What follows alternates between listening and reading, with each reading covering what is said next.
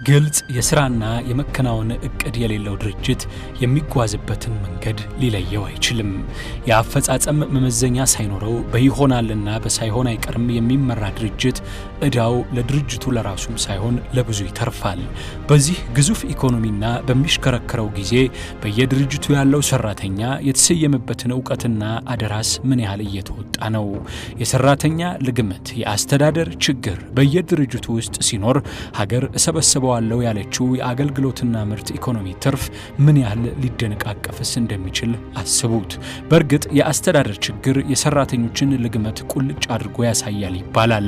አስተዳደር ማለት ከሰራተኛ ጋር መነታረክ፣ መጨቃጨቅና ማባረር ፈጽሞ ማለትም አይደለም። በአንድ ግዙፍ ድርጅት ውስጥ በስራው የቆየ ልምዱን ለሌሎች ማካፈል ያለበት ባለሙያ እንደየደረጃው ከሌለ ድርጅቱ ምን ሊቀረው ይችላል?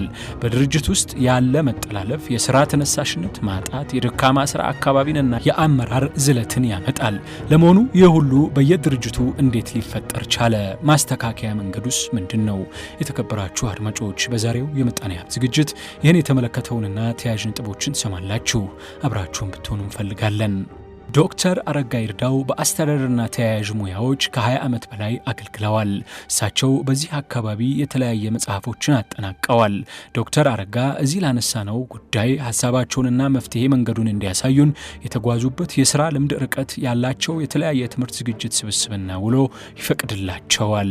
እኔ በጣም የምጠነቀቀው አሜሪካ ኖሬ ያለው 20 ዓመት እዚህ መጥቼ ቅድም ያልከውን ድርጅቶች በመራበት ጊዜ አሜሪካ ያየሁትን ነገር አምጥቼ ልክ እንደዛ መሆን አለብኝ ብዬ አላቅም። እንዲያውም አሜሪካን ኤግዛምፕል አድርጌ አላቅም።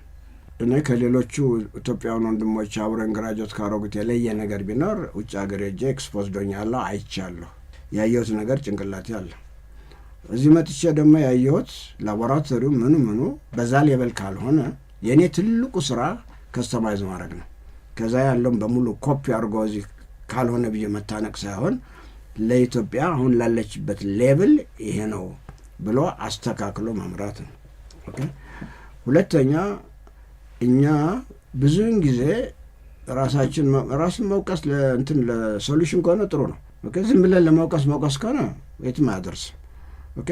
ይሄ እኮ ሌላ ሀገር ጥሩ ነው፣ ይሄ እኮ ሌላ ሀገር ጥሩ ነው፣ እኛ ሀገር ምናምን ስንል መጠንቀቅ አለብን። ውጭ ለመጣ ነው ሰዎች እኔ የአሜሪካ ሀገር ስሰራ የኦፊስ ፖለቲክሱ ከኛ የባሰ ነው። ሰራተኛና ሰራተኛ ሲባላ በደንብ ነው የምታየው። አለቃ ስር ላይ ተሸጉጦ ወዲያ ወዲህ የሚል ሰራተኛ አለ። አንዳንዱ ዘራፍ የሚልም ጠንካራ የሆነም አለ።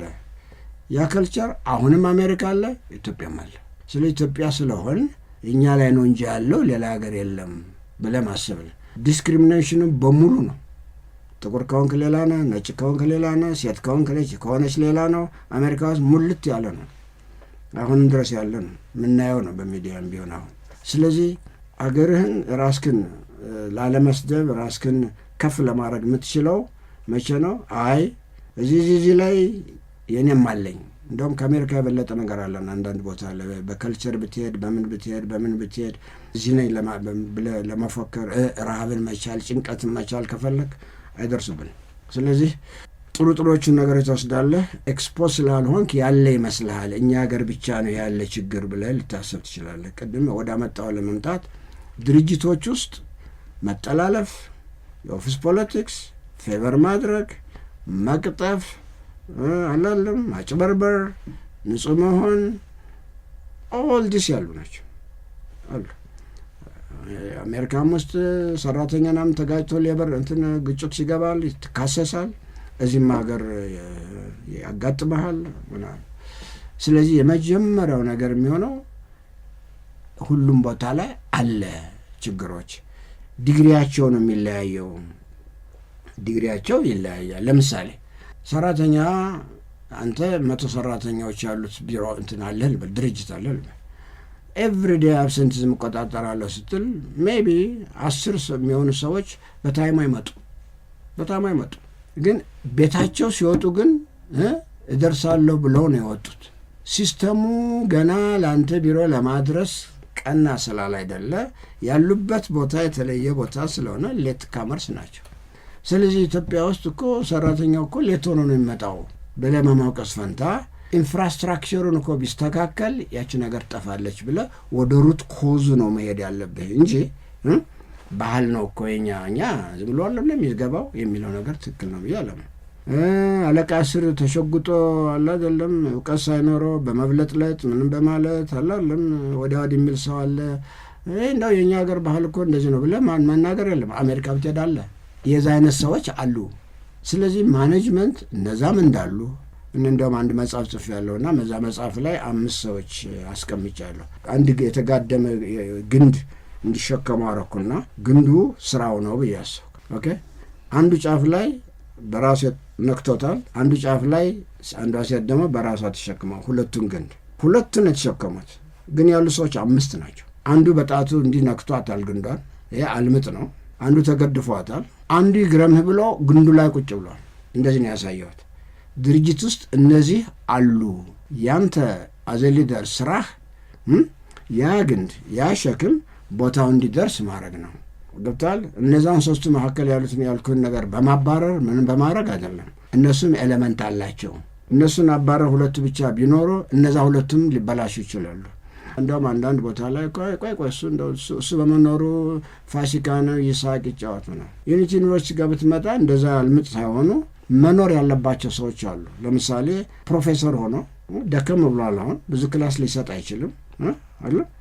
አይ አንተ አርጅተሃልና ቤት ሄደው ቁጭ በል ብለው ዩኒቨርሲቲው ሃይ ስኩል ይሆናል። ሽማግሌ ሰዎች አይታዩበትም። ኦኬ አዲሶቹ አስተማሪዎች ከድሮቹ አስተማሪዎች ላይማሩ ይችላሉ። እሱ እስከሚሆነው ድረስ እኮ እኔም ፕሮፌሰር መሆን እችላለሁ እንዲል ከፈለግ እነዛን ሲኒየሮቹን የተወሰነ ኢንጌጅመንት ብቻ ስጣቸውና 1 ሰዓት ወይም 2 ምናምን እንዲቀጥሉ አድርጋቸው። ቫሊዩ አድ ያደርጋል። ባለ ገብተዋል። ስለዚህ ድርጅቶቹ ላይ መጠላለፍ አለ ያልከው አለ። እንዴት ሶልቭ አረካ አንተ ምናምን ብትለኝ የኔ የመጀመሪያው ነገር መኖራቸውን ሪኮግናይዝ ማድረግ አሉ ብለህ ማለት። ሁለተኛው ስቴፕ የሚሆነው እንዲሻሻሉልን ለማድረግ መሞከር ነው። በሚያከብራችሁ ራዲዮ ሸገር ኤፍኤም 102.1 የዛሬው የምጣኔ ሀብት ዝግጅት እዚህ ላይ ይረፍ።